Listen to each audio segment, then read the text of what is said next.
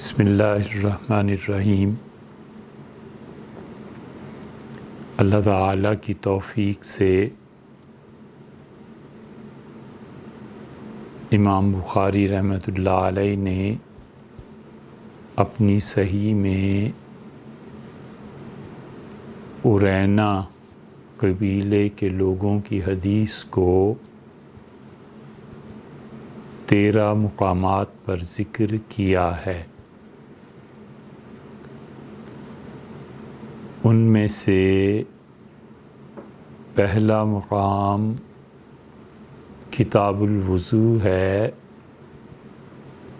اور ہم اس حدیث کی تشریح اس وجہ سے کر رہے ہیں کہ اس حدیث پر بہت سے اشکالات وارد ہوتے ہیں، اور ملحدین جنہوں نے اپنا پیشہ ہی یہ بنا لیا ہے کہ کتاب و سنت پر اعتراضات کرتے رہتے ہیں، اور خاص طور پر حضرت رسالت مآب صلی اللہ علیہ وسلم پر ان کے قلم اور زبانیں بہت دراز ہو گئی ہیں، ان میں سے ایک حدیث یہ ہے۔ یہ ہمارا فرض بنتا ہے کہ ہم حضور اقدس صلی اللہ علیہ وسلم کی طرف سے دفاع کریں، اور جو باتیں صحیح سند کے ساتھ جو احادیث ہم تک پہنچی ہیں ہم اس کی تشریح کریں۔ خود اپنے بیانات میں بھی ہم نے کئی مقامات پر اس حدیث کا حوالہ دیا ہے، اور یوں یاد پڑتا ہے کہ شاید 20-30 برس پہلے اس حدیث پہ ایک طویل گفتگو ہوئی تھی۔ معلوم نہیں وہ ضبط ہوئی یا نہیں ہوئی، اب خیال نہیں ہے، لیکن ابھی کچھ دن پہلے بھی اس حدیث شریف کا تذکرہ آیا، اور متعدد افراد نے اس حدیث پہ اپنے اشکالات کا اظہار بھی کیا،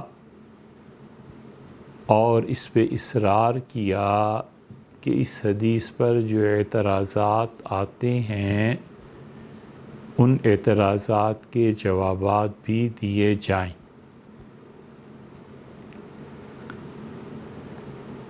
یوں عرض ہے کہ وہ سند متصل جو ہمارے اساتذہ سے شروع ہو کر حضرت امام بخاری رحمۃ اللہ علیہ تک پہنچتی ہے، اور پھر اس کے بعد وہ حضرت رسالت مآب صلی اللہ علیہ وسلم سے متصل ہو جاتی ہے، وہ حدیث اور اس کی عبارت یہ ہے۔ ہمارے سامنے جو نسخہ ہے یہ یونینی رحمۃ اللہ علیہ کا ہے، اور یونینی رحمۃ اللہ علیہ 701 میں انتقال فرما گئے، اور ان کی ولادت 621 میں ہوئی تھی۔ 621 ہجری ان کی ولادت کا سال ہے، اور 621 کے بعد 701 میں ان کا انتقال ہوا ہجری میں۔ اور یونینی رحمۃ اللہ علیہ حدیث کے بہت بڑے ائمہ کرام رحمہم اللہ میں شمار کیے جاتے ہیں، اور انہوں نے مختلف نسخے سامنے رکھ کر یہ عظیم نسخہ مرتب فرمایا تھا۔ امام بخاری رحمۃ اللہ علیہ سے حدیث کا ایک نسخہ وہ ہے جو ان کے شاگرد نسوی رحمۃ اللہ علیہ نے روایت کیا ہے، اور دوسرا نسخہ وہ ہے جو امام بخاری رحمۃ اللہ علیہ کے دوسرے شاگرد نصفی رحمۃ اللہ علیہ نے روایت کیا ہے۔ تیسرا نسخہ امام بزدوی رحمۃ اللہ علیہ کا ہے، اور چوتھا نسخہ جس پہ ہم نے پڑھا اور اللہ کی توفیق سے کچھ پڑھایا ہے وہ امام فربری رحمۃ اللہ علیہ کا ہے۔ اور یونینی رحمۃ اللہ علیہ نے کمال یہ کیا ہے کہ انہوں نے ان نسخوں کو سامنے رکھتے ہوئے ان نسخ کا جو اختلاف ہے اسے حاشیے میں نقل کر دیا ہے، اور پھر عثمانی سلطنت اور اس وقت کے جو امیر تھے عبدالحمید عثمانی خلیفۃ المسلمین رحمہ اللہ، انہوں نے یہ احسان کیا کہ اس نسخے کو چھپوا دیا، چنانچہ لوگوں کے پاس وسیع پیمانے پر پہلی مرتبہ صحیح بخاری شریف کا صحیح تصحیح شدہ نسخہ اس حال میں پہنچا کہ حاشیے میں ایک ایک حرف اور لفظ کی بھی اگر تبدیلی ہوئی ہے تو انہوں نے وہ سب لکھا ہے، جیسا کہ اس حدیث کی تشریح میں آئے گا، اور آپ کو اندازہ ہوگا کہ حدیث کے معاملے میں الحمدللہ مسلمان کتنے حساس رہے ہیں، اور اگر نبی کا لفظ آ گیا ہے اور کسی دوسرے نسخے میں وہاں پر رسول کا لفظ ہے تو امام نے یہاں پر یونینی نے اس کو حاشیے میں لکھ دیا ہے کہ فلاں نسخے میں اگر تم بخاری شریف کے فلاں نسخے میں دیکھو گے تو یہاں پر یہ لفظ اس طرح سے ملے گا۔ چنانچہ اس کی مثالیں آپ کے سامنے آئیں گی، اور آپ سنیے اس بات کو کہ امام بخاری رحمۃ اللہ علیہ فرماتے ہیں کہ حدثنا سلیمان بن حرب، ہم سے یہ حدیث بیان کی سلیمان بن حرب رحمۃ اللہ علیہ نے، اور قال حدثنا، اور سلیمان نے کہا کہ ہم سے یہ روایت بیان کی حماد بن زید، حماد بن زید نے، اور انہوں نے فرمایا کہ عن ایوب عن ابی قلابہ، کہ ان سے یہ روایت بیان کی ایوب نے۔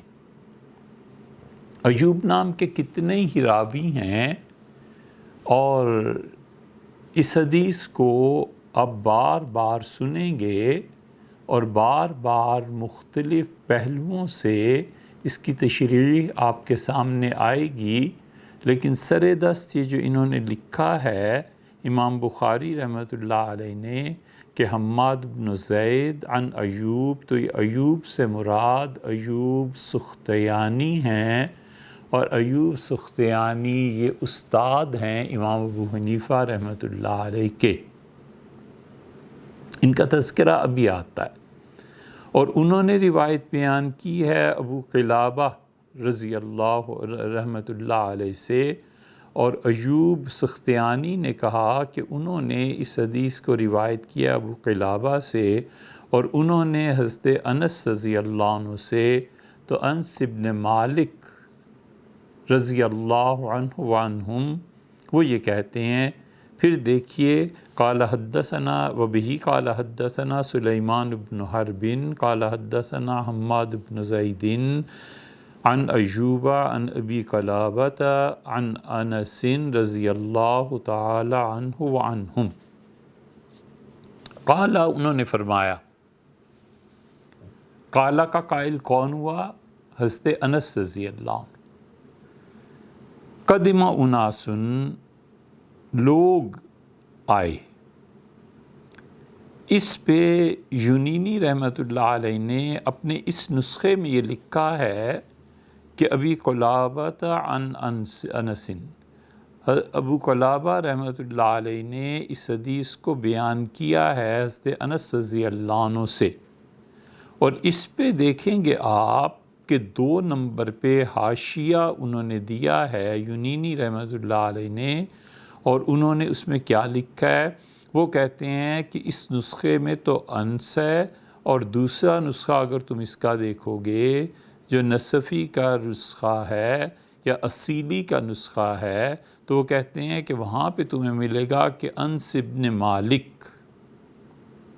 اس نسخے میں ابن مالک کا لفظ نہیں ہے کہ حضرت انس رضی اللہ عنہ جو مالک کے بیٹے تھے، لیکن وہ جو نسخے اور ہیں ان میں اگر تم دیکھو گے تو وہاں پر تمہیں یہ الفاظ زیادہ ملیں گے۔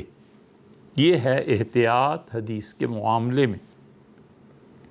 قال قدم اناس، انہوں نے یہ کہا کہ حاضر ہوئے کچھ لوگ مدینہ منورہ میں۔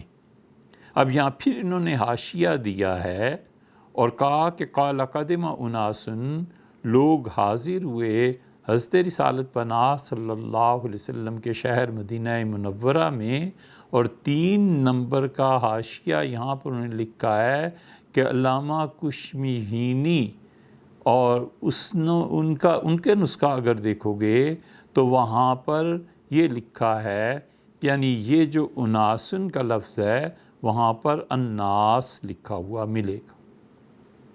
یہ ناسن کا نسخہ اور ہے اور اناس کا نسخہ اور ہے۔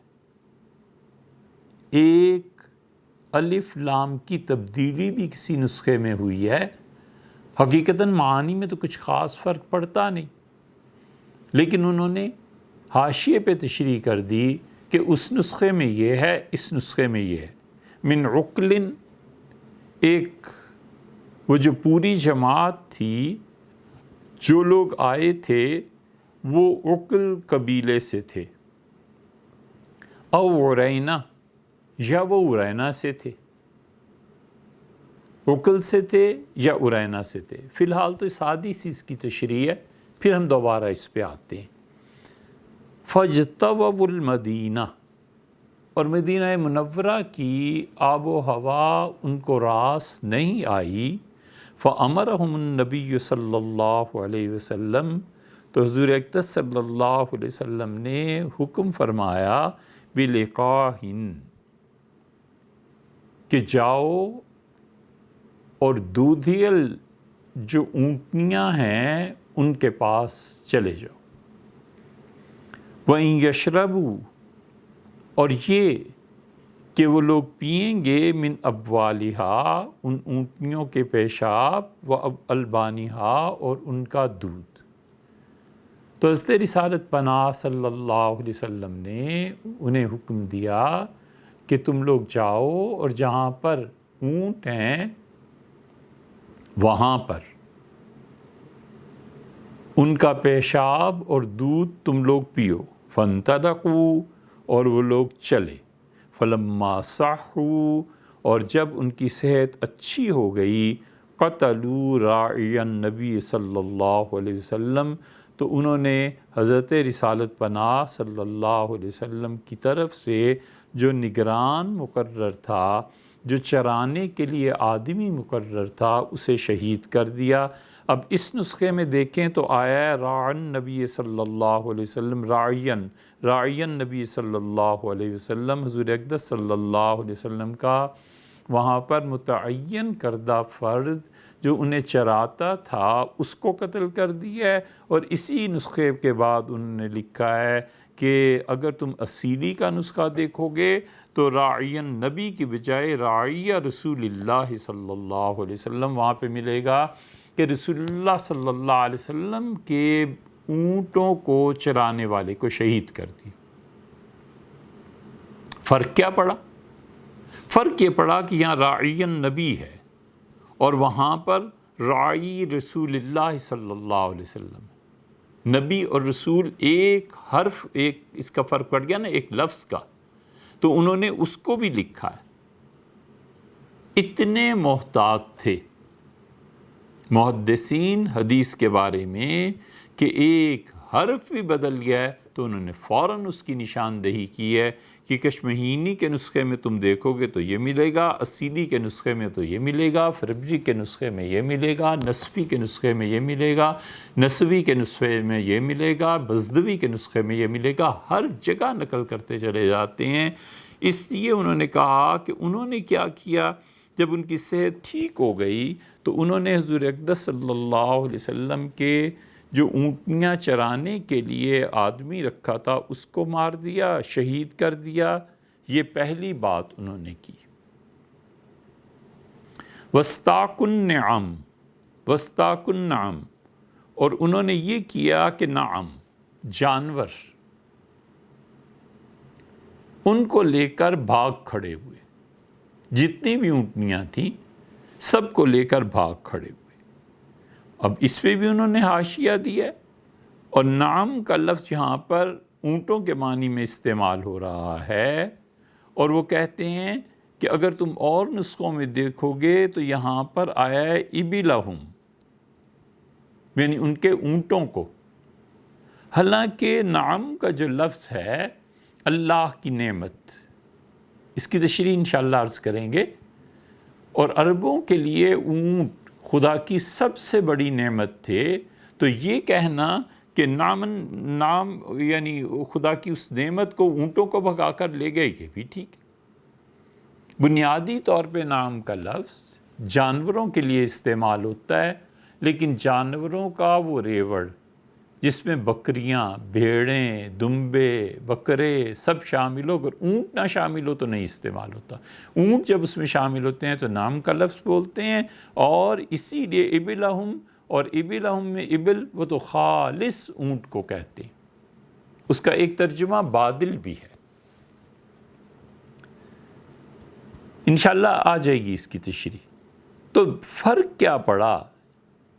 دونوں سے مراد اونٹ ہے، لیکن چونکہ معاملہ حضرت رسالت پناہ صلی اللہ علیہ وسلم کا ہے، اس لیے لفظ دوسرے نسخے میں کیا آیا ہے، اس میں کیا آیا ہے، یونینی رحمۃ اللہ علیہ نے اس کو واضح کر دیا۔ فجاء الخبر فی اول النہار، او فی اول النہار، سو خبر پہنچی فی اول النہار، سب سے پہلے صبح صبح خبر پہنچی۔ فبعث فی آثارہم، تو حضرت رسالت پناہ صلی اللہ علیہ وسلم نے ایک دستہ بھیجا کہ جاؤ اور ان کی کھوج لگاؤ کہ یہ ایک تو قتل کر گئے، دوسرے جانور لے کے بھاگ گئے، اور فلما ارتفع النہار، اور جب دن اور چڑھا تو جیء بہم، یہ پکڑے گئے، اور جو ڈاکہ ڈال کے فرار ہوئے تھے انہیں پکڑ کر لایا گیا۔ فَأَمَرَ، سو حضرت رسالت پناہ صلی اللہ علیہ وسلم نے حکم دیا، فَقَطَعَ أَيْدِيَهُمْ، تو ان کے ہاتھ کاٹ دیے گئے۔ یہاں پر فَقَطَعَ اور دوسرے نسخے میں بِقَطْعِ معنی ایک ہی ہیں۔ فَقَطَعَ ماضی کا صیغہ ہے، سو کاٹ دیے گئے۔ اور دوسری کیا ہے نسخے کی روایت، وہ کہتے ہیں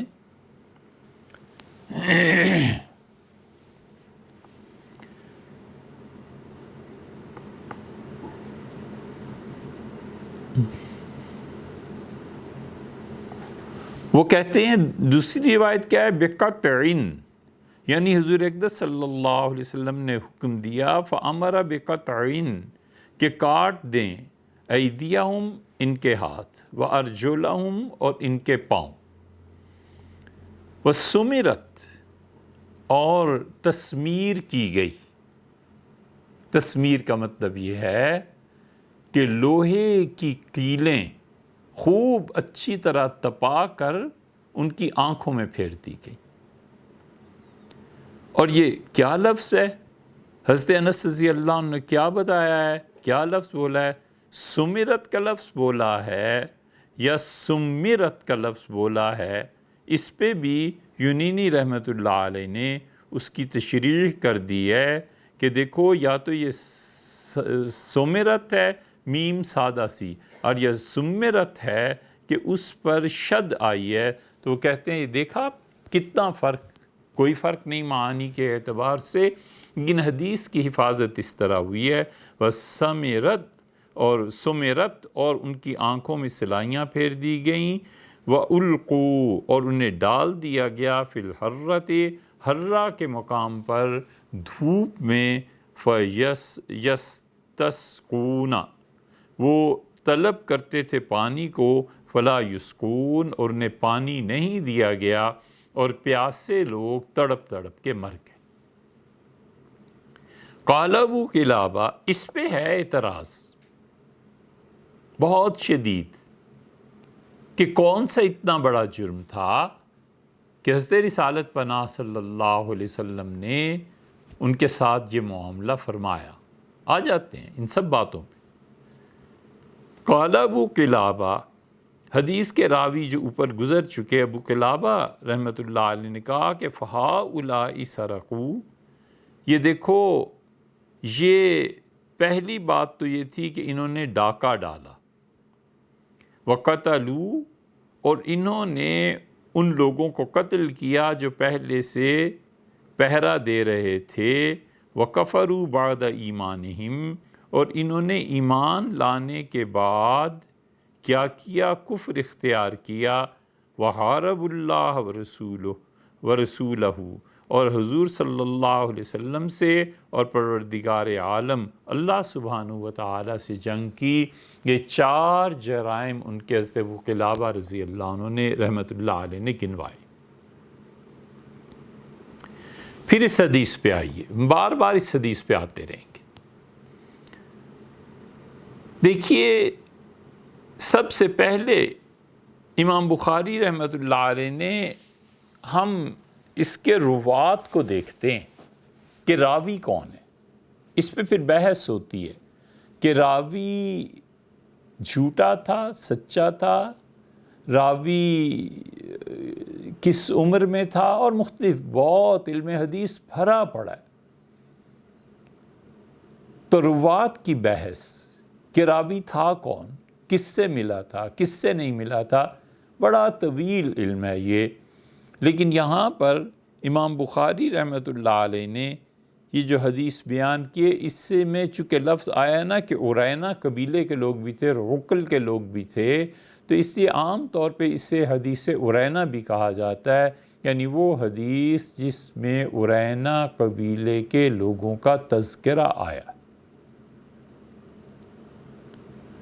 اب پہلے نمبر پہ راوی ہم دیکھتے ہیں کہ امام بخاری رحمۃ اللہ علیہ نے جن لوگوں سے اس حدیث کو لیا ہے، اور 1 2 نہیں، 3 4 نہیں، 13 مقامات پہ دونوں جلدوں میں یا جتنی بھی جلدوں میں بخاری چھپی ہے اس میں ان کا ذکر آیا ہے، اس حدیث کا ذکر آیا ہے۔ امام بخاری رحمۃ اللہ علیہ کے استاد ہیں سلیمان بن حرب۔ حضرت سلیمان بن حرب رحمۃ اللہ علیہ ازد ایک عربوں کا قبیلہ ہے، اس سے تعلق رکھتے تھے، اور ان کی پیدائش ہوئی ہے 140 ہجری میں، اور ان کی وفات ہوئی ہے 224 ہجری میں، اور 214 ہجری میں یہ مکہ مکرمہ کے قاضی بنائے گئے ہیں، اور حکومت وقت کو ان پہ بڑا اعتبار تھا، اور اللہ نے بے پناہ علم انہیں دیا تھا۔ تو سلیمان یہ ہیں جو بن حرب ازدی، اور پھر بصرہ میں رہے، اس لیے عام طور پہ بصرہ کے حضرات ان سے روایت کرتے ہیں، اور جو مشہور حدیث ہے کہ حضرت رسالت پناہ صلی اللہ علیہ وسلم نے فرمایا من سمع بی، جس تک میرا پیغام پہنچا، جس نے میرے متعلق سن لیا، من یہودی او نصرانی وہ یہودی ہو یا نصرانی ہو، ثم لم یسلم، پھر اس نے میرے پیغام کو قبول نہیں کیا، اسلام کو، دخل النار، وہ جہنم میں جائے گا۔ یہ حدیث مسلم میں آئی ہے، یہ سلیمان بن حرب رحمۃ اللہ علیہ نے وہاں پہ یہ حدیث سنائی۔ تو یہ سلیمان بن حرب رحمۃ اللہ علیہ اتنے بڑے آدمی تھے کہ امام بخاری ان کے شاگرد ہیں، مسلم ان کے شاگرد ہیں۔ بخاری اور مسلم ان دونوں کی آپس کی باتیں اگر آپ نے پڑھی ہوں گی تو اس میں زہلی آتے ہیں، امام زہلی رحمۃ اللہ علیہ انہی کے شاگرد ہیں، اور پھر زہلی کے بعد ابو زرعہ، یحییٰ ابن سعید، امام احمد ابن حنبل رحمۃ اللہ علیہ، یہ سب ان کے شاگرد۔ اور امام احمد بن حنبل رحمۃ اللہ علیہ اپنی مسند میں بھی بعض اور مقامات پر یہ سارے محدثین سلیمان رحمۃ اللہ علیہ کی روایات کو نقل کرتے ہیں۔ اس کا مطلب یہ ہے کہ سلیمان رحمۃ اللہ علیہ ان محدثین، ان اکابر محدثین کے استاد تھے، اور انہیں 1000 احادیث یاد تھی۔ ایک جگہ آیا ہے کہ 10,000 تو سندیں انہیں یاد تھیں، اور بغداد تشریف لائے، اور بغداد میں ان کے لیے لوگوں نے ایک منبر بنا دیا، اور سلیمان بن حرب رحمۃ اللہ علیہ سے کہا کہ آپ بیٹھیں اور حدیث بیان کریں۔ جو محل تھا اس میں اوپر محل بادشاہ کا تھا، اور وہ کون تھے؟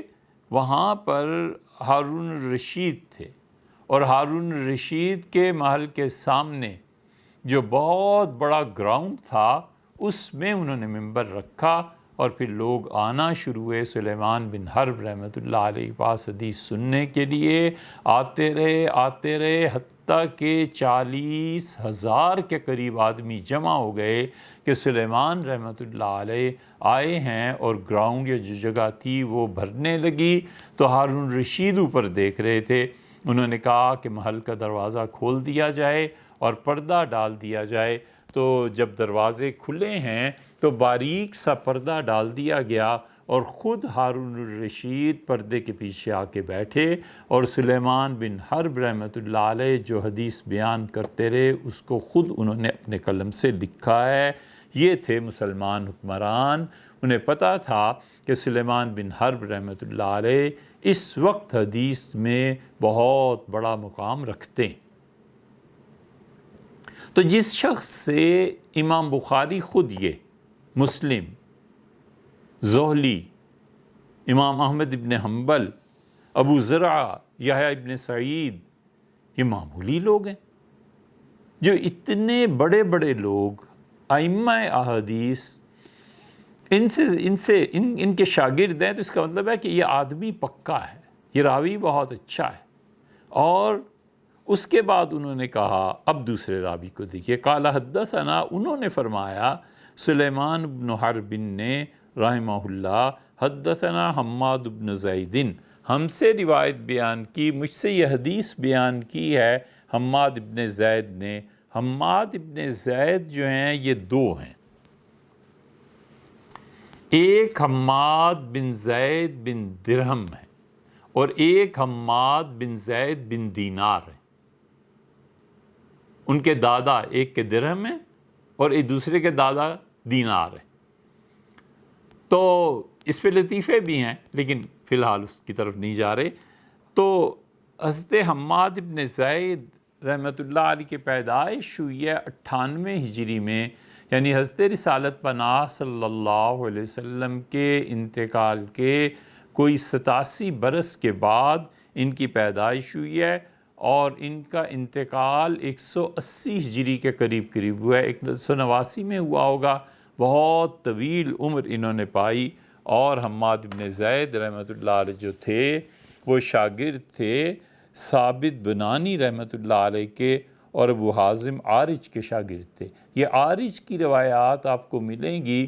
عارج جب حضرت ابو ہریرہ رضی اللہ عنہ سے روایت کرتے ہیں، اور عارج کے علاوہ دوسرا نام ہم نے لیا حضرت ثابت بنانی رحمۃ اللہ علیہ کا، ثابت بنانی رحمۃ اللہ علیہ حضرت انس ابن مالک رضی اللہ عنہ کے بہت بہت قابل اعتماد شاگردوں میں سے تھے، اور ثابت بن بنانی رحمۃ اللہ علیہ کا یہ حال تھا کہ حضرت انس رضی اللہ عنہ گھر میں تشریف فرما ہوتے تھے اور دستک ہوتی تھی اور پوچھتے تھے کون، تو جواب آتا تھا کہ ثابت، تو فرماتے تھے ارے میرے گھر والوں لاؤ، انس رضی اللہ عنہ نابینا ہو گئے تھے، تو کہتے تھے لاؤ بھئی وہ خوشبو دو، تو وہ خوشبو ہاتھوں پہ لگاتے تھے، پھر ثابت کو اجازت ہوتی تھی اور ثابت رحمۃ اللہ علیہ پھر آیا کرتے تھے، اور انہوں نے کہا یہ لڑکا میرے ہاتھ چومے بغیر نہیں رہے گا، اس لیے میرے ہاتھوں پہ خوشبو لگا دو۔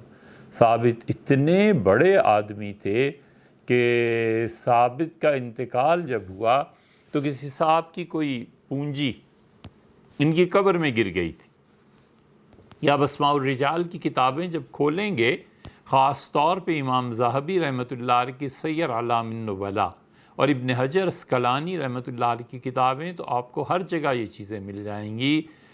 تو ثابت بنانی رحمۃ اللہ علیہ کی ایک بیٹی تھی، تو کس صاحب کی کوئی رقم گر گئی، صاحبزادی صاحبہ کے پاس حاضر ہوئے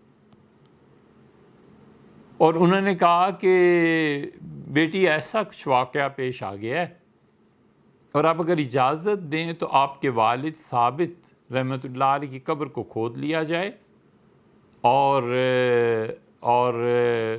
میں اپنی رقم نکال لوں۔ تو انہوں نے اجازت دے دی، انہوں نے کہا بس ٹھیک ہے آپ اپنا کام کریں۔ وہ گئے اور کچھ دیر کے بعد آئے، انہوں نے کہا یہ بتائیں کہ آپ کے والد کبھی زندگی میں کوئی دعا مانگتے تھے؟ بیٹی نے کہا بہت سی دعائیں مانگتے تھے۔ انہوں نے کہا نہیں، کوئی خاص دعا جو ہمیشہ مانگتے رہے۔ انہوں نے کہا یہ کہتے تھے انہیں نماز سے بڑی محبت تھی، اور کہتے تھے پروردگار کسی کو قبر میں نماز کی اجازت دیں تو مجھے دے دے۔ تو کہتے تھے میں نے جا کے قبر جب کھودی تو میں نے عجیب بات دیکھی کہ ثابت، یہ عالم برزخ ان پہ کھولا گیا جن صاحب نے قبر کھودی تھی، تو کہنے لگے میں نے آپ کے والد کو دیکھا کھڑے نماز پڑھ رہے تھے، تو پھر میں نے قبر بند کر دی اور میں آپ کے پاس آیا ہوں۔ اس کا مطلب ہے آپ کے والد کی دعا اللہ تعالیٰ نے قبول فرما لی۔ یہ واقعہ حضرت موسیٰ علیہ السلام کے ہاں بھی ہے، مسلم میں آتا ہے نا کہ معراج کی روایت میں حضرت رسالت پناہ صلی اللہ علیہ وسلم فرمایا جبریل نے مجھ سے ایک مقام پہ کہا کہ یہ دیکھیے، تو میں نے دیکھا فَإِذًا موسیٰ، ارے یہ تو موسیٰ علیہ السلام ہے، قائماً، وہ کھڑے تھے اور اپنی قبر مبارک میں نماز پڑھ رہے تھے۔ تو حضرت موسیٰ علیہ السلام کا قبر میں نماز پڑھنا یہ اس حدیث سے ثابت ہوتا ہے جو مسلم میں آئی ہے، اور اسی طرح ثابت بنانی رحمۃ اللہ علیہ کے متعلق بھی آیا ہے کہ ثابت رحمۃ اللہ علیہ یہ اتنا شرف انہیں حاصل تھا۔ حضرت انس ابن مالک رضی اللہ عنہ کہتے تھے کہ میں نے ان دونوں ہاتھوں سے رسول اللہ صلی اللہ علیہ وسلم کی خدمت کی ہے 10 سال، اور نبی کریم صلی اللہ علیہ وسلم کی کمر پہ میں مالش کرتا تھا، اور ایک حبشی تھا غلام حضور اقدس صلی اللہ علیہ وسلم کے جسم مبارک پہ وہ بھی تیل لگاتا تھا۔ اور انس رضی اللہ عنہ کہتے تھے کہ میں نے رسول اللہ صلی اللہ علیہ وسلم کی وفات کے صدمے کو بہت حد تک اپنے آپ پہ قابو پایا، اور جب میں دفن کر کے فارغ ہو کے گزر رہا تھا تو سیدہ فاطمہ رضی اللہ عنہ حضور صلی اللہ علیہ وسلم کے گھر میں حجرے میں وہ پردے کے پیچھے کھڑی تھیں، بیٹی تھیں، تو انہوں نے مجھ سے کہا کہ انس 10 سال خدمت کی ابا کی، والد صاحب کی، کیسے گوارا ہو گیا کہ انہی کو مٹی میں اوڑھا کر تم چلے آئے۔ کہتے تھے پھر میرا ضبط کا بندھن ٹوٹ گیا اور میں پھر دھاڑیں مار کے رویا کہ حضور صلی اللہ علیہ وسلم دنیا سے تشریف لے گئے۔ یہ ثابت بنانی انس رضی اللہ عنہ سے یہ حدیث جب روایت کرتے تھے، محدثین نے لکھا ہے کہ ثابت کا رونے کی وجہ سے ایسے لگتا تھا اسے ایک طرف کی پسلیاں دوسری طرف گھس گئی ہیں، وہ اتنا شدید ان پہ بکا کا غلبہ ہو جاتا تھا رونے کا۔ یہ ثابت بنانی رحمۃ اللہ علیہ اتنے بڑے آدمی ہیں، یہ حماد ابن زید ان کے شاگرد ہیں، اور ان کے شاگرد حماد ابن زید بن درہم کے، یہ عبداللہ ابن مبارک ان کے شاگرد ہیں۔ ابن مبارک نے حدیث ان سے پڑھی ہے۔ عبد الرحمن ابن مہدی اور مسدد بن مسرحد، جن کا ابو داؤد کے آغاز میں ہی آتی ہیں نا احادیث، وہ ان کے شاگرد ہیں، اور علی بن مدینی ان کے سب سے بڑے شاگرد ہیں۔ علی بن مدینی کون تھے؟ علی بن مدینی رحمۃ اللہ علیہ ایک طرف امام بخاری رحمۃ اللہ علیہ کے استاد ہیں۔ امام بخاری رحمۃ اللہ فرماتے تھے کوئی آدمی دنیا میں ایسا نہیں تھا جس کے پاس میں گیا ہوں اور اس کے علم کا کچھ روب مجھ پہ پڑا ہو، اور علی ابن مدینی کے پاس میں ان کی صحبت میں جاتا تھا تو میں ایسے ہوتا تھا جسے بالکل خالی برتن ہے۔ علی کو اللہ نے حدیث میں یہ مقام دیا تھا۔ یہ علی ابن مدینی رحمۃ اللہ علیہ جو ہیں امام بخاری رحمۃ اللہ علیہ کے استاد، وہ یہاں بھی حماد ابن زید کے شاگرد ہیں، اور قتیبہ بن سعید نسائی کی روایات میں آتے ہیں اور بہت جگہ آتے ہیں۔ قتیبہ رحمۃ اللہ بہت بڑے آدمی، یہ سب بڑے لوگ حماد رحمۃ اللہ علیہ کے شاگرد تھے۔ اتنے بڑے آدمی ہیں یہ، اور تابعی ہیں، صحابہ کرام رضی اللہ عنہم کو دیکھا ہے، کیونکہ انتقال ہوا ہے ان کا 98 ہجری میں، اور کوفہ میں اس وقت ٹاپ کا آدمی جس کا حدیث میں کوئی شریک اور سہیم نہیں تھا، سفیان ثوری رحمۃ اللہ علیہ تھے۔ پورا عالم اسلام حضرت رسالت پناہ صلی اللہ علیہ وسلم کی باتوں سے گونج رہا تھا، اور قافلے رواں دواں ہوتے تھے۔ کوفہ میں سب سے بڑی ہستی اس وقت سفیان ثوری رحمۃ اللہ علیہ کی تھی، اور حجاز امام مالک رحمۃ اللہ علیہ کے پاس تھا۔ امام مالک رحمۃ اللہ کے لفظ ایک ایک سونے میں تلی ہوئی بات ہوتی تھی۔ امام مالک رحمۃ اللہ علیہ حرم شریف میں رہتے تھے، مدینہ منورہ میں، چنانچہ وہاں پر حدیث میں شہرہ امام مالک رحمۃ اللہ علیہ کا تھا۔ تیسری طرف شام آتا تھا، اور شام میں امام اوزاعی رحمۃ اللہ علیہ تھے، اور اوزاعی رحمۃ اللہ علیہ کی قبر اس وقت کا شام، اب بیروت جہاں ہے، بیروت میں امام اوزاعی رحمۃ اللہ علیہ کی قبر مبارک ابھی تک ہے، اور کئی مرتبہ ان کی خدمت میں حاضری کا اتفاق ہوا۔ اور چوتھا آدمی سفیان ثوری کوفہ میں، اوزاعی شام میں، مالک حرمین شریفین میں، اور چوتھے یہ تھے حماد بن زید، اور حماد رحمۃ اللہ علیہ جو تھے یہ بصرہ میں تھے، اور بصرہ میں حدیث میں ان کے پائے کا کوئی آدمی نہیں تھا، بے مثال آدمی تھے، اور صاحب کرامت آدمی تھے، تابعین میں سے تھے، اور 4000 احادیث ان کو یاد تھی، 4000 اسناد زبان کی نوک پہ تھی، اور بڑے بڑے محدثین ان کے شاگرد تھے۔ ایوب سختیانی جن کا ابھی ذکر آتا ہے، ان کے یہ شاگرد ایسے تھے کہ 20 سال تک ایوب رحمۃ اللہ علیہ کے ساتھ رہے اور ان کی صحبت سے فائدہ اٹھایا۔ امام ذہبی رحمۃ اللہ نے لکھا ہے کہ حضرت رسالت پناہ صلی اللہ علیہ وسلم کی قبر شریف کے قریب انہوں نے شاید دیکھا ہوگا کچھ لوگ اونچی آواز سے باتیں کر رہے تھے۔ اب تو بہت زیادہ کرتے ہیں، قبر مبارک کا احترام لوگوں نے کم کر دیا۔ یہ جب سے یہ انقلاب آیا تھا وہابیوں کا، جو اب تک جاری ہے خذلہم اللہ، تو یہ وہابیت کے جراثیم سارے، کوئی ادب احترام نہیں رہنے دیا ان ظالموں نے۔ حضرت شاہ عبد الغنی صاحب مجددی رحمۃ اللہ علیہ حیات تھے، اس وقت مدینہ منورہ میں ہجرت فرما گئے تھے، اور جب آتے تھے اور ان وہابیوں کا شور سنتے تھے قبر شریف پہ، تو کہتے تھے شوف حیات النبی صلی اللہ علیہ وسلم، دیکھو حضور صلی اللہ علیہ وسلم زندہ ہے۔ یہ جو واقعہ اب سنانے جا رہے ہیں، اس سے زد پڑتی ہے ان لوگوں کے مسلک پہ جو کہتے ہیں کہ حضور اقدس صلی اللہ علیہ وسلم کا جسم شریف اب تک قبر میں ہے، ایسے ہی ہے جیسے پہلے دن رکھا تھا، اور تازہ گلاب کے پھول کی مانند، لیکن رسول اللہ صلی اللہ علیہ وسلم کی حیات نہیں ہے۔ یہ تابعی ہیں،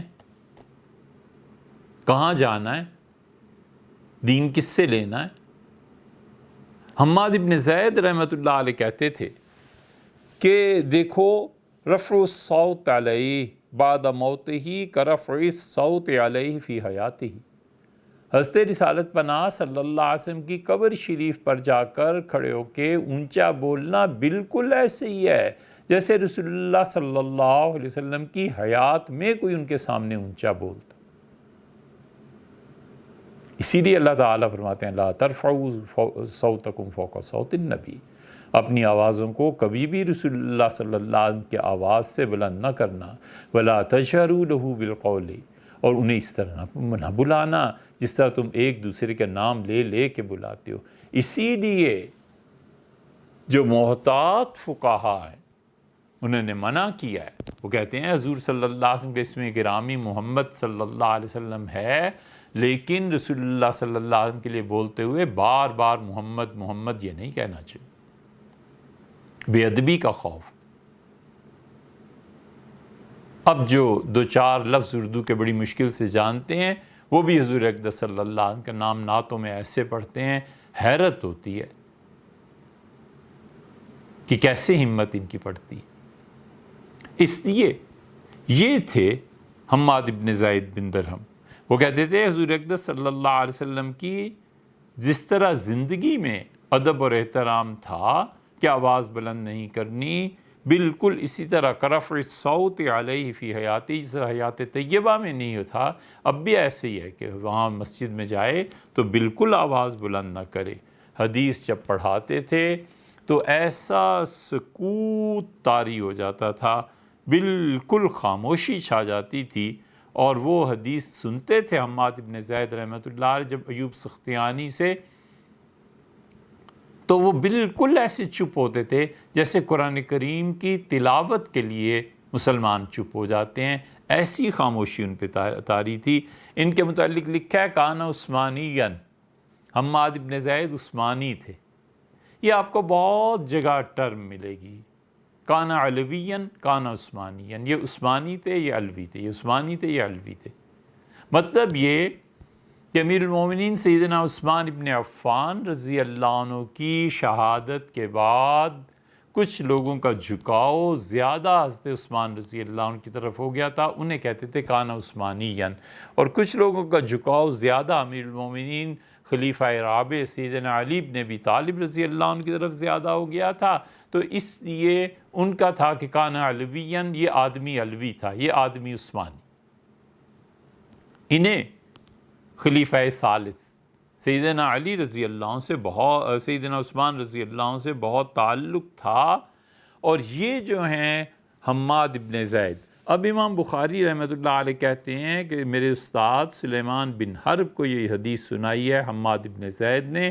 حماد نے کہاں سے سنی تھی؟ انہوں نے ایوب سے سنی تھی، یہاں پہ لکھا ہے عن ایوب، ایوب سے، ایوب لفظ نہیں ہے، ایوب یا پر شد ہے، ایوب، لوگ اس کا خیال نہیں کرتے، نماز میں بھی ایسے ہی کرتے ہیں، السلام علیکہ ایہا النبی، ایسے نہیں ہے، السلام علیکہ ایہا النبی، یہ یا جو ہے نا اس پہ شد ہے، حضور اقدس صلی اللہ علیہ وسلم کی طرف وہ اشارہ ہے، ان کے مقام رفیع، ان کے رفیع الشان ہے وہ، اور ان کے مقام کی طرف اشارہ ہے، اور ایسے ہی چلے جاتے، السلام علیکہ ایہا النبی، السلام علیکہ ایہا النبی۔ یہ ایوب کون ہے؟ یہ ہے نا بحث روات کی، ہمارے اساتذہ ایسے کرتے تھے، اللہ نے بڑا علم انہیں دیا تھا، کاش ان کے علم کا ایک ذرہ نصیب ہوتا، صحیح معنی میں وہ جانتے تھے بیک وقت حدیث میں، فقہ میں، تفسیر میں، تاریخ میں کوئی میدان نہیں تھا جہاں ہمارے اساتذہ رحمہم اللہ بات نہ کرتے ہوں۔ انہوں نے کہا امام بخاری رحمۃ اللہ علیہ نے کہ حماد ابن زید جو ہیں یہ روایت انہوں نے سنی تھی ایوب سختیانی رحمۃ اللہ علیہ سے۔ ایوب سختیانی رحمۃ اللہ علیہ کا اصل نام ابو بکر تھا، ابو بکر بن ابی تمیمہ،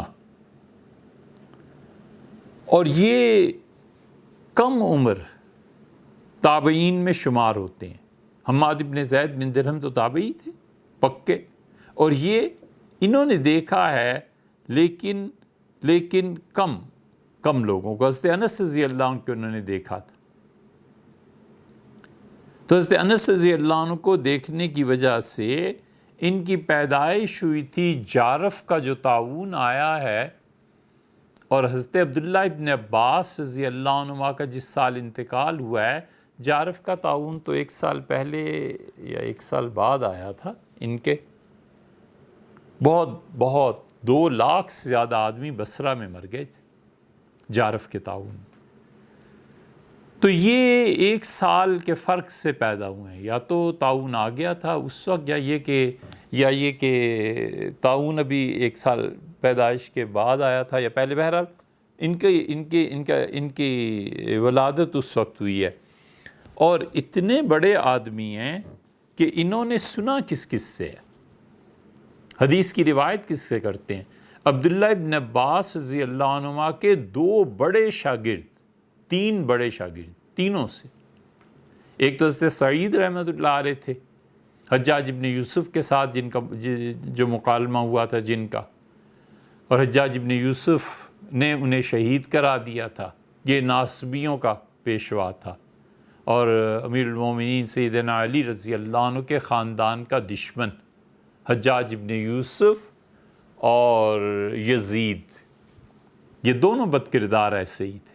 پوری امتیں جو گزری ہیں اپنے قیامت میں ظالموں کو پیش کریں تو پتہ نہیں یہ زیادہ ظالم تھے یا وہ زیادہ ظالم ہوں گے، اتنا ظالم تھے یہ حجاج ابن یوسف۔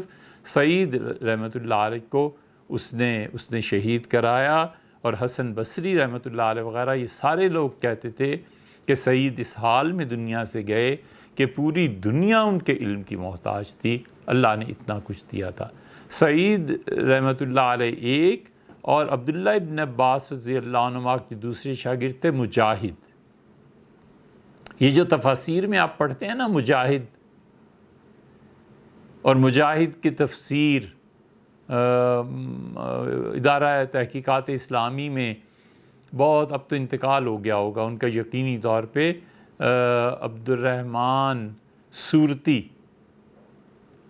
اللہ تعالیٰ نے بڑا اچھا ملکہ عنایت فرمایا تھا، بڑا ذوق تھا تفسیر کا ان کا، اللہ تعالیٰ ان کی خطاؤں سے درگزر فرمائے اور اعلیٰ مقامات جنت کے انہیں نصیب کرے۔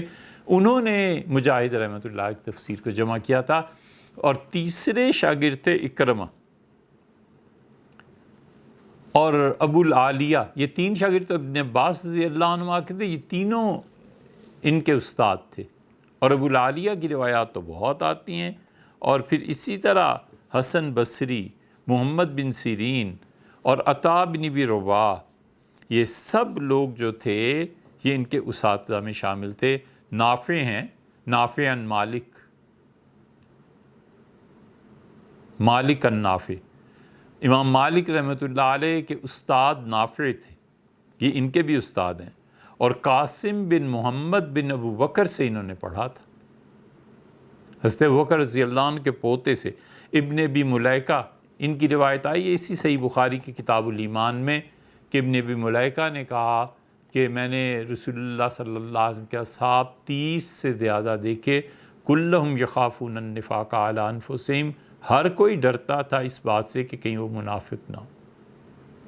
انہوں نے کہا اس میں ابو بکر کو میں نے دیکھا، عمر، عثمان رضی اللہ عنہ کو دیکھا۔ یہ ابن ابی ملیکہ ان کے شاگرد تھے، قتادہ کے شاگرد تھے، اور پھر ان کے جو اللہ نے انہیں شاگرد دیے ہیں خود ایوب سختیانی رحمۃ اللہ علیہ کو، یہ محمد بن سیرین تھے جو خواب کی تعبیر میں امام گنے جاتے ہیں، عمر ابن دینار تھے، یہ زہری ہیں، شہاب زہری، ہر جگہ حدیث میں ان کا تذکرہ ملے گا. اور شہاب زہری رحمۃ اللہ علیہ بہت بڑے محدث تھے. حدیث کی کتاب شاید ہی کوئی رہ گئی ہو جس میں شہاب کی روایات نہ آتی ہوں. اللہ نے بڑا علم انہیں دیا تھا. اور شہاب زہری کے بعد یہ ان کے جتنے مشائخ ان میں قتادہ تھے اور سفیان ابن عیینہ اور امام مالک اور اسماعیل بن علیہ پہ بہت لطیفے ہیں. تو خیر ہمارا موضوع نہیں ہے، لیکن اسماعیل ابن علیہ پہ جو کچھ امام شافعی رحمۃ اللہ نے تبصرہ فرمایا تھا وہ بڑا جاندار ہے. سفیان ابن عیینہ ان کے شاگرد تھے اور انہوں نے کہا کہ میں نے 86 تابعین کو دیکھا ہے. سفیان کہتے تھے رحمۃ اللہ علیہ میں نے 86 تابعین کو دیکھا ہے. لیکن ایوب سختیانی کے پائے کا کوئی آدمی نہیں تھا. آپ جانتے ہیں سفیان ابن عیینہ کون تھے؟ سفیان ابن عیینہ حج کے لیے آئے تھے. کئی حج انہوں نے کی. یہ ایوب سختیانی رحمۃ اللہ نے 40 حج کیے تھے. سفیان ابن عیینہ رحمۃ اللہ علیہ آئے حج کے لیے تو مدینہ منورہ سے چلے، احرام باندھا، قبر مبارک پہ حاضری دی اور باہر گئے. پھر سفر شروع ہو گیا. اگلے دن کہنے لگے کہ میں واپس جاؤں گا. تو انہوں نے کہا حضرت حج؟ انہوں نے کہا ہاں حج ہے لیکن مجھے واپس ہر حال میں جانا ہے، مدینہ منورہ جاؤں گا. مدینہ منورہ پہنچے اور سفیان ابن عیینہ کا انتقال ہو گیا. تو انہیں غسل دیا گیا اور اس چارپائی پر ان کا جنازہ اٹھایا گیا جس چارپائی پہ حضور صلی اللہ علیہ وسلم کا جسد مبارک رکھا گیا تھا. تو نبی کریم صلی اللہ علیہ وسلم نے کسی سے کہا کہ میں نے سفیان کو بلایا تھا اور اس نے حدیث کی بہت میری خدمت کی ہے. میرا جی چاہا کہ جس چارپائی پہ مجھے لے کے صحابہ کرام رضی اللہ عنہم گئے تھے وہ چارپائی سفیان کے لیے نکالی جائے. یہ سفیان ابن عیینہ ہے. یہ کہتے ہیں 86 تابعین سے ملا ہوں لیکن ایوب سختیانی رحمۃ اللہ علیہ جیسا آدمی میں نے نہیں دیکھا. حدیث سناتے تھے اور رسول اللہ صلی اللہ علیہ وسلم کے نام پہ ہی امام مالک رحمۃ اللہ علیہ کہتے تھے میں ان کے پاس پڑھنے جاتا تھا، ان کے اسم گرامی پہ ہی اتنا روتے تھے حتیٰ نرحمہ، یہاں تک کہ ہمیں ترس آتا تھا کہ حضرت آپ کیوں اتنا روتے ہیں. وہ جو تعلق تھا ایک، کون جانتا تھا کہ ان پہ کیا بیتتی تھی حضور اقدس صلی اللہ علیہ وسلم کے اسم گرامی پہ. امام مالک رحمۃ اللہ علیہ کہتے تھے، ایوب کہتے تھے دنیا میں سب سے بڑا بدبخت بتاؤں؟ فرماتے تھے جسے اللہ نے قرآن کا علم دیا اور پھر بھی کبیرہ گناہوں میں ملوث. یہ ہمارے ہی لیے فرمایا ہوگا کہ جسے اللہ نے قرآن کا علم دیا اور پھر بھی کبائر میں ملوث ہو، یہ سب سے بڑا بدبخت. ایوب سختیانی رحمۃ اللہ، سختیان ایک گاؤں تھا، ایک قصبہ تھا. سختیان اصل میں فارسی کا لفظ ہے. جو اس کو دباغت دیتے ہیں نا جلد کو، جانوروں کی چرم کو، تو اسے فارسی میں سختیان کہا جاتا ہے. تو وہاں قصبہ تھا، یہ وہاں کے رہنے والے تھے. اور کہتے ہیں لوگ کہ ایوب رحمۃ اللہ علیہ جب قرآن کریم کی تلاوت کرتے تھے تو مسلسل پڑھتے جاتے تھے. ہم نے انہیں دیکھا قرآن پڑھنا شروع کیا، مسلسل پڑھے جا رہے ہیں، کسی آیت پہ رکتے ہی نہیں تھے. لیکن جب وہ 22ویں پارے میں پہنچتے تھے نا اور یہ پڑھتے تھے کہ ان اللہ ملائکتہ یصلون علی النبی، یہ پڑھ کے رک جاتے تھے. شاید اس کے بعد حضور صلی اللہ علیہ وسلم پہ سلام پیش کرتے ہوں گے یا کیا ہوگا، لیکن کہتے ہیں بس ایک جگہ کو پورے قرآن میں ہم نے انہیں دیکھا یہاں پہنچ کے رک جاتے تھے، وگرنہ مسلسل تلاوت کرتے رہتے تھے. یہ حضرت رسالت پناہ صلی اللہ علیہ وسلم سے ایوب سختیانی رحمۃ اللہ علیہ کی محبت کی بہت بڑی دلیل ہے. رمضان آتا تھا،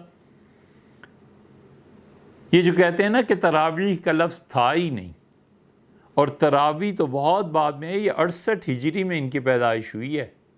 ان کے حالات نکال لیں آپ، وہاں صاف لکھا ہوا ملے گا کہ یہ 30 آیات تراویح میں تلاوت کرتے تھے، ترویحتین، اور 2 تراویح ان کے درمیان کھڑے ہو کے پھر نماز پڑھنا شروع کر دیتے تھے، پھر 30 آیتیں پڑھتے تھے۔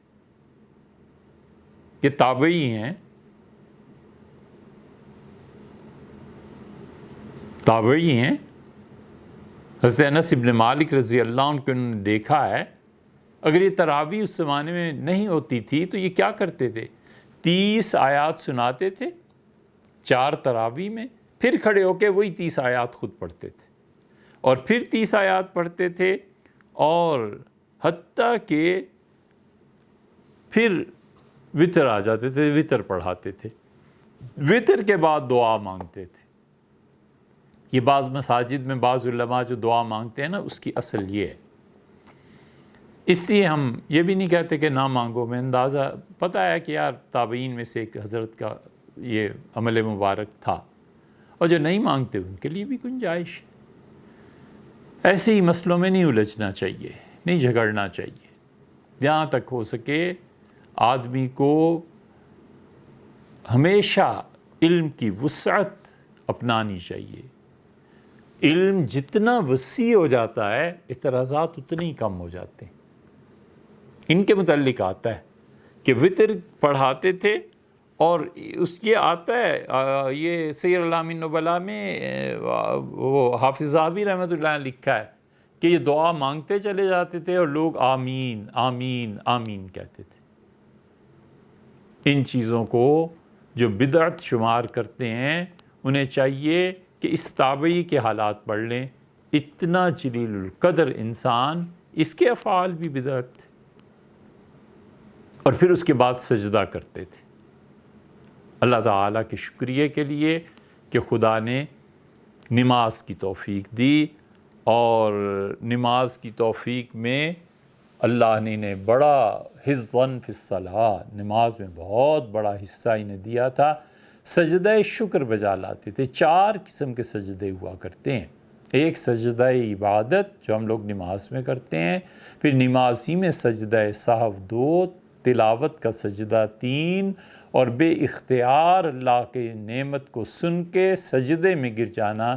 یہ جو چوتھا سجدہ ہے نا، یہ سجدہ مستحب ہے، بہتر ہے، اللہ کے ہاں ثواب دلوانے والا ہے، خدا کے قرب میں اضافہ، جیسے کرکٹرز کرتے ہیں، جیسے اور لوگ کرتے ہیں۔ اس لیے جو لوگ حنفی فقہا میں سے بھی بعض نے یہ لکھا ہے کہ سجدہ شکر نہیں ہے، لیکن اس پہ فتویٰ نہیں دیا جا سکتا۔ حضرت رسالت پناہ صلی اللہ علیہ وسلم سے بارہا یہ چیزیں ثابت ہیں۔ صحیح بخاری میں کبھی سجدے کا باب آیا تو اللہ نے توفیق دی تو کبھی بات ہوگی، مگر سجدہ شکر کرتے تھے۔ ہوا یہ کہ ایک مرتبہ یہ حج کے لیے جا رہے تھے، اور مکہ مکرمہ کے راستے میں تھے، اور شاگرد بھی ساتھ تھے، تو شدید پیاس نے گھیر لیا، پانی تھا نہیں۔ تو ان کے ایک شاگرد نے ان سے کہا کہ پانی کا کیا ہوگا؟ تو انہوں نے کہا اگر تم کسی سے ذکر نہ کرو تو میں تمہیں بتاؤں۔ اس نے کہا جی۔ تو زمین پہ ہاتھ رکھا، بس ایسے ہاتھ اٹھایا اور چشمہ پھوٹ پڑا۔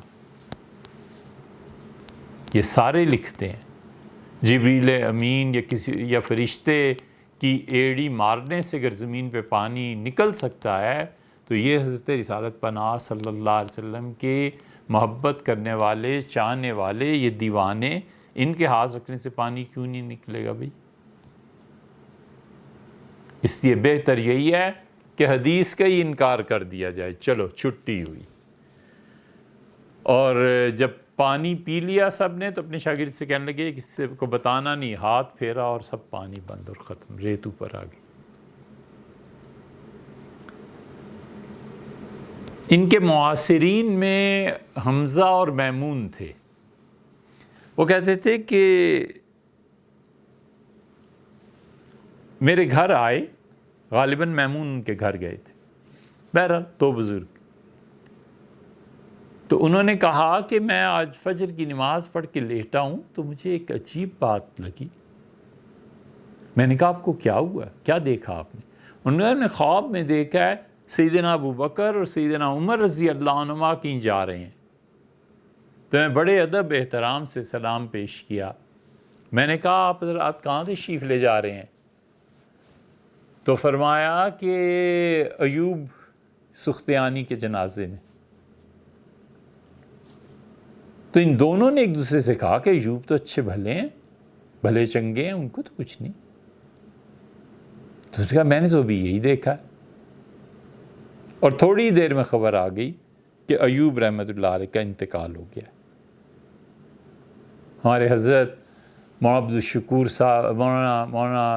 عبدالشکور صاحب مجددی رحمۃ اللہ علیہ، مولانا الیاس صاحب رحمۃ اللہ علیہ کہتے تھے کہ یو پی میں جو مقام حضرت تھانوی رحمۃ اللہ علیہ کا ہے، ہمارے ان دیار میں ہر جگہ مولانا عبدالشکور صاحب مجددی رحمۃ اللہ علیہ کا مقام وہ ہے. وہاں بہت بلند نسبت کے آدمی تھے. حضرت ابو الحسن علی ندوی رحمۃ اللہ علیہ فرماتے تھے کہ جب ان کے انتقال کی مولانا عبدالشکور صاحب مجددی رحمۃ اللہ علیہ عمر بھر اہل تشیع کے عقائد اور ان کے برعکس اہل السنہ کے عقائد اس پہ کام کرتے رہے. تو حضرت مولانا علی میاں صاحب رحمۃ اللہ فرماتے تھے کہ ہمارے شیخ شاہ عبد القادر صاحب رائے پوری رحمۃ اللہ علیہ معذور ہو گئے تھے اور لیٹے رہتے تھے ہر وقت. پھر فالج کا بھی اٹیک ہو گیا تھا، لیکن ضبط حال کمال کا تھا. ان رائے پور والوں میں جتنا کشف اور جتنے احوال پہ اطلاع اور پھر اس کو ضبط کرنا، پی جانا ختم تھا ان پہ. حضرت فرماتے کبھی حضرت رائے پوری رحمۃ اللہ علیہ نے کبھی کوئی جملہ بھی نہیں کہا کہ کچھ انہیں بھی اندازہ ہے درا، کچھ نہیں. کسی نے آ کے کہا کہ مولانا عبدالشکور صاحب مجددی لکھنوی رحمۃ اللہ علیہ کا انتقال ہو گیا، تو بغیر کسی سہارے کے ایسا اثر ہوا اس خبر پہ کہ اٹھ کے بیٹھ کے سر جھک گیا. بہت دیر کے بعد فرمایا کہ حضرت کے جنازے میں اگر خلفائے راشدین نہیں آئیں گے تو پھر کون آئے گا؟ یہ ہے اس کی اصل. ایوب سختیانی یہ تابعین کے زمانے میں ہے. تو دیکھا ہوگا حضرت رحمۃ اللہ علیہ نے کچھ یا جو بھی چیز پیش آئی ہوگی. تو وہ دونوں بزرگ کہتے ہیں کہ انہوں نے ان کو دیکھا، 800 احادیث انہیں یاد تھیں. اور ایوب سختیانی اتنے بڑے آدمی تھے کہ ابو حنیفہ رحمۃ اللہ علیہ نے اس بات پر بحث فرمائی کہ حضرت رسالت پناہ صلی اللہ علیہ وسلم کی قبر مبارک پر جا کر دعا مانگتے ہوئے قبلے کی طرف منہ کرنا چاہیے یا قبر شریف کی طرف. لیث نے فتویٰ دیا تھا کہ قبلے کی طرف منہ کرنا چاہیے اور پشت ہو قبر مبارک کی طرف. صاحب فتح القدیر ابن حمام رحمۃ اللہ علیہ نے لیث کے اس فتوے پہ بتایا کیا لکھا ہے؟ لفظ لکھا ہے مردود. یہ فتویٰ رد کیے جانے کے قابل ہے. اور امام ابو حنیفہ رحمۃ اللہ علیہ کے مسند نہیں پڑھتے، انہوں نے عبداللہ ابن عمر رضی اللہ عنہما کی روایت لائے ہیں کہ رسول اللہ صلی اللہ علیہ وسلم کی قبر مبارک کی طرف چہرے کو کیا جائے جب دعا مانگنی ہو. اب تو ہاتھ اٹھانے بھی یہ اب جب سے وہابیوں کی حکومت ہے ہاتھ بھی نہیں اٹھا سکتے. اور لیکن اچھا ہوا شاہ عبداللہ آیا تھا اور ویڈیو بن گئی اور اس میں صاف حضرت رسالت پناہ صلی اللہ علیہ وسلم کی قبر شریف کی طرف ہاتھ اٹھا کے دعا کر رہا ہے. اب وہ سارے قصے پرانے تبدیل ہو گئے. اب کوئی شرک نہ رہا، اب کوئی کفر نہ رہا، اب کوئی قتل بھی نہیں رہا. وگرنہ یہ مارتے تھے، ہاتھ جھٹک دیتے تھے. اب بھی ایسے ہی رویہ بہت مرتبہ اختیار کرتے ہیں. ایوب سختیانی رحمۃ اللہ علیہ مدینہ منورہ حاضر ہوئے. امام ابو حنیفہ رحمۃ اللہ علیہ کہتے ہیں کہ میں سوچتا رہا کہ قبر شریف پہ حاضری تو دینی ہے، دیکھوں میرے استاد ایوب رحمۃ اللہ علیہ کیا کرتے ہیں. تو میں نے دیکھا پھر یہ کہ میں مسجد نبوی میں تھا اور ایوب رحمۃ اللہ علیہ ایک دروازے سے داخل ہوئے اور ایوب رحمۃ اللہ علیہ پہ ایک شدید گریے کی کیفیت طاری تھی، روتے جاتے تھے، اور قبر شریف پہ آئے اور رسول اللہ صلی اللہ علیہ وسلم کی قبر مبارک کی طرف منہ کر کے پھر دعا مانگی۔ یہ ہم حنفیوں کا اصل مسلک ہے، وقت نہیں ہے اور موضوع بھی یہ نہیں ہے۔ یہ ایوب سختیانی رحمۃ اللہ علیہ تھے۔ آگے چلیے، کہتے ہیں کہ ایوب رحمۃ اللہ علیہ عن ابی قلابہ، حضرت ابو قلابہ رضی اللہ عنہ سے رحمۃ اللہ علیہ سے روایت کرتے ہیں۔ تو سلیمان بن حرب 1، حماد 2، ایوب 3، اور چوتھے اب یہ آ گئے، اور پانچویں حضرت انس رضی اللہ عنہ آ گئے۔ اس حدیث کو امام بخاری رحمۃ اللہ علیہ کی خماسی یا روائی احادیث میں شمار کیا جاتا ہے، یعنی امام بخاری رحمۃ اللہ علیہ کے درمیان اور حضرت رسالت پناہ صلی اللہ علیہ وسلم کے درمیان صرف 3 یا 4 اشخاص ہیں۔ اب کون آگے؟ ایوب کے استاد ابی قلابہ۔ حضرت ابو قلابہ رحمۃ اللہ علیہ جو تھے، یہ اصل نام ان کا عبداللہ ابن زید تھا، بصرہ میں تھے، اور ان کی وفات ہوئی ہے 104 ہجری میں۔ اور دیکھا کس کس کو ہے؟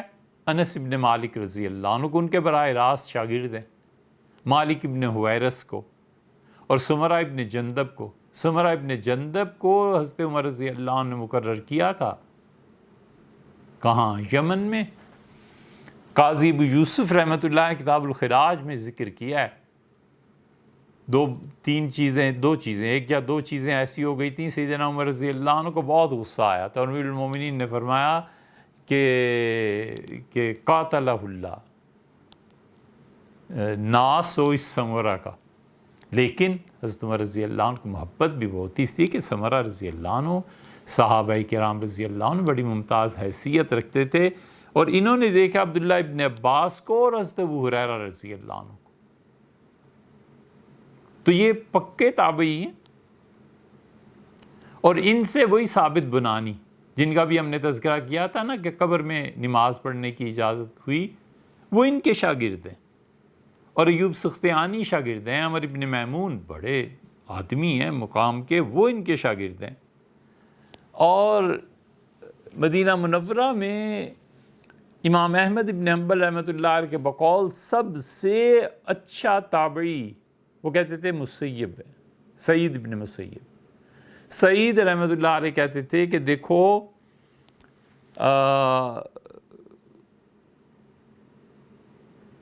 کہ قاسم بن محمد بن ابوبکر کا انتقال ہوا، نہیں یہ قول کسی اور کا ہے لیکن ہے صحیح، یہ وہاں دیکھیے گا سیر اعلام النبلاء میں ذہبی رحمۃ اللہ علیہ کے حوالے سے ہم بات کریں۔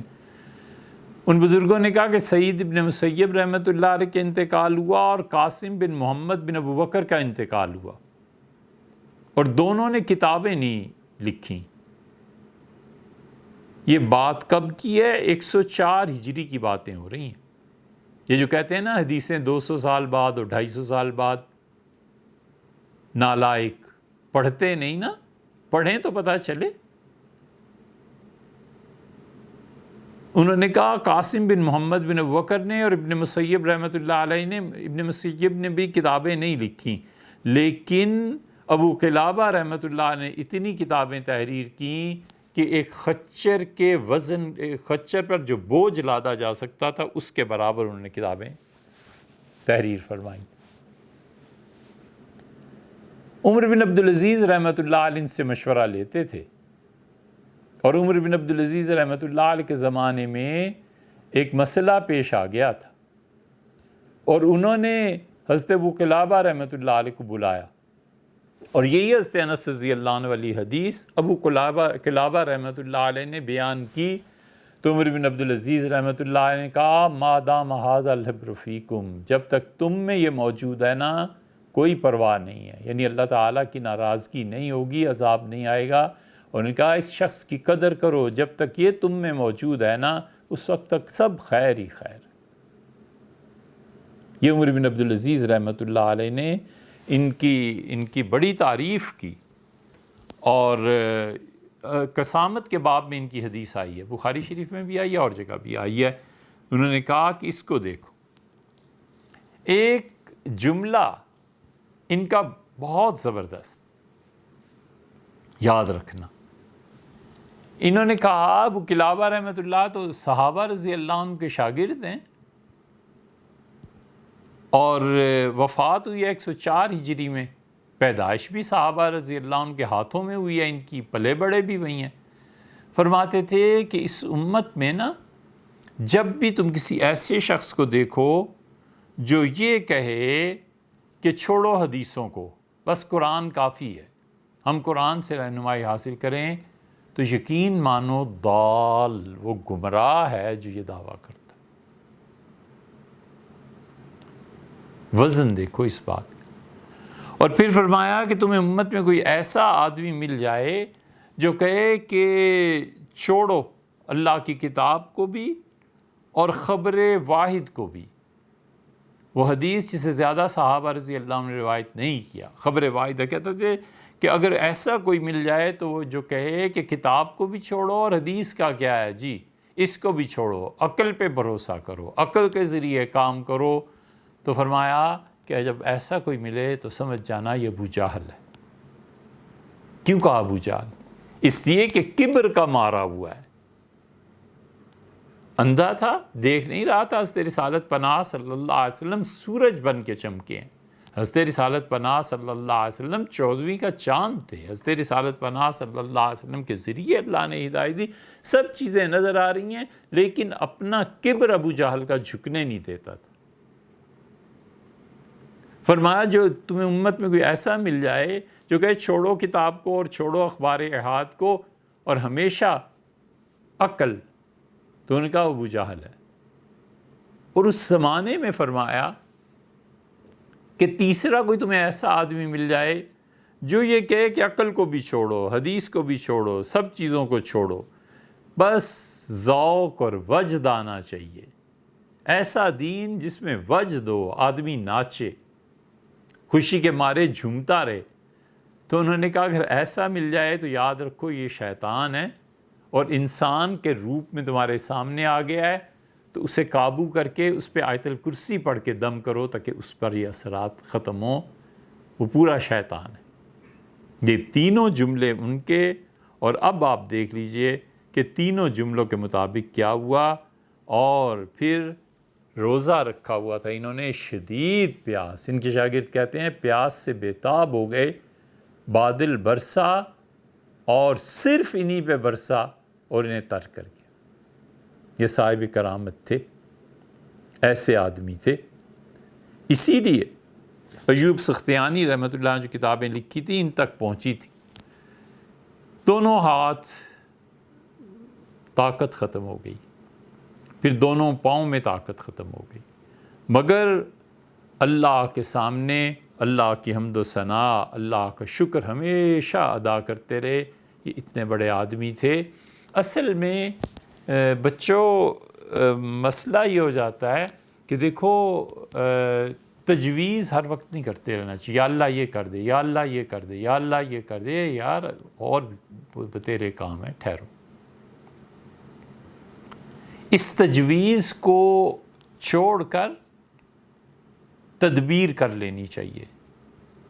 اللہ تعالیٰ نے 1 لاکھ دیا ہے، اب اس 1 لاکھ سے کیا کیا کیا جاتا ہے؟ تدبیر کرے، اللہ سے مانگے. تدبیر کے بعد دعا کر لے کہ اے رب یہ کام ہے، آپ مہربانی فرمائیں، اتنے اسباب اور وسائل میرے پاس ہیں، یہ میرا کام کر دیجیے. اور اس کے باوجود کام نہ ہو تو راضی رہے، خوش رہے.